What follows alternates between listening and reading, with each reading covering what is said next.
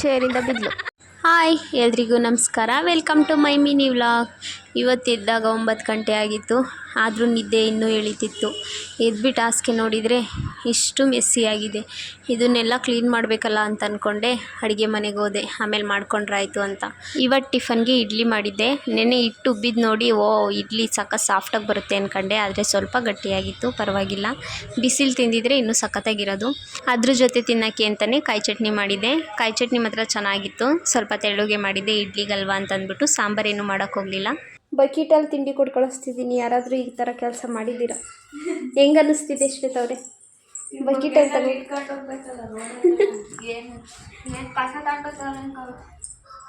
ರಸ ಅಲ್ಲ, ಅದು ರಸ ಅಂತ ಹೇಳು ಆಯಿತಾ?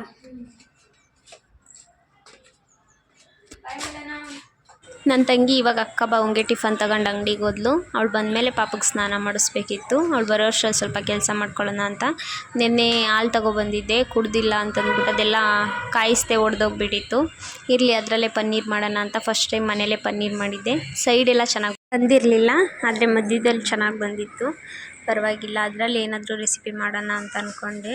ನೋಡ್ತಿರ್ಬೋದು, ಇದು ಮಧ್ಯದ ಪೀಸು ಚೆನ್ನಾಗಿ ಬಂದಿದೆ. ಸದ್ಯಕ್ಕೆ ಇವಾಗಲೇ ಏನೂ ಮಾಡಲ್ಲ, ಏನಾದರೂ ರೆಸಿಪಿ ಮಾಡಿದರೆ ತೋರಿಸ್ತೀನಿ. ನನ್ನ ತಂಗಿ ಅಂಗಡಿಯಿಂದ ಬಂದಳು. ನನ್ನ ಮಗಳಿಗೆ ಸ್ನಾನ ಮಾಡಿಸ್ಕೊಂಡು ಅವಳನ್ನು ಸ್ವಲ್ಪ ಹೊತ್ತು ಮಲಗಿಸ್ಕೊಂಡು ಆಮೇಲೆ ಅಂಗಡಿಗೆ ಕರ್ಕೊಂಡೋದ್ವಿ.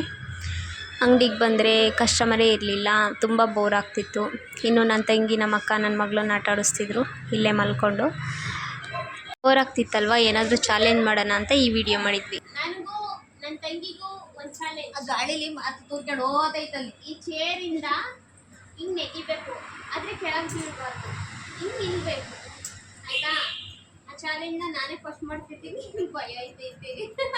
ಇರ್ಲಿ ಮಾಡು, ನಿಮ್ಮ ಬಾಬು ಬೇಕಾದ್ರೆ ಈಗಲೇ ಆಸ್ಪತ್ರೆಗೆ ಹೋಗ್ತಾರೆ ಅಂತ. ಇದು ಇಲ್ಲ, ಚಾನ್ಸೇ ಇಲ್ಲ. ಇಲ್ಲ, ನೋ ಚಾನ್ಸೇ ಇಲ್ಲ. ನಾನೇ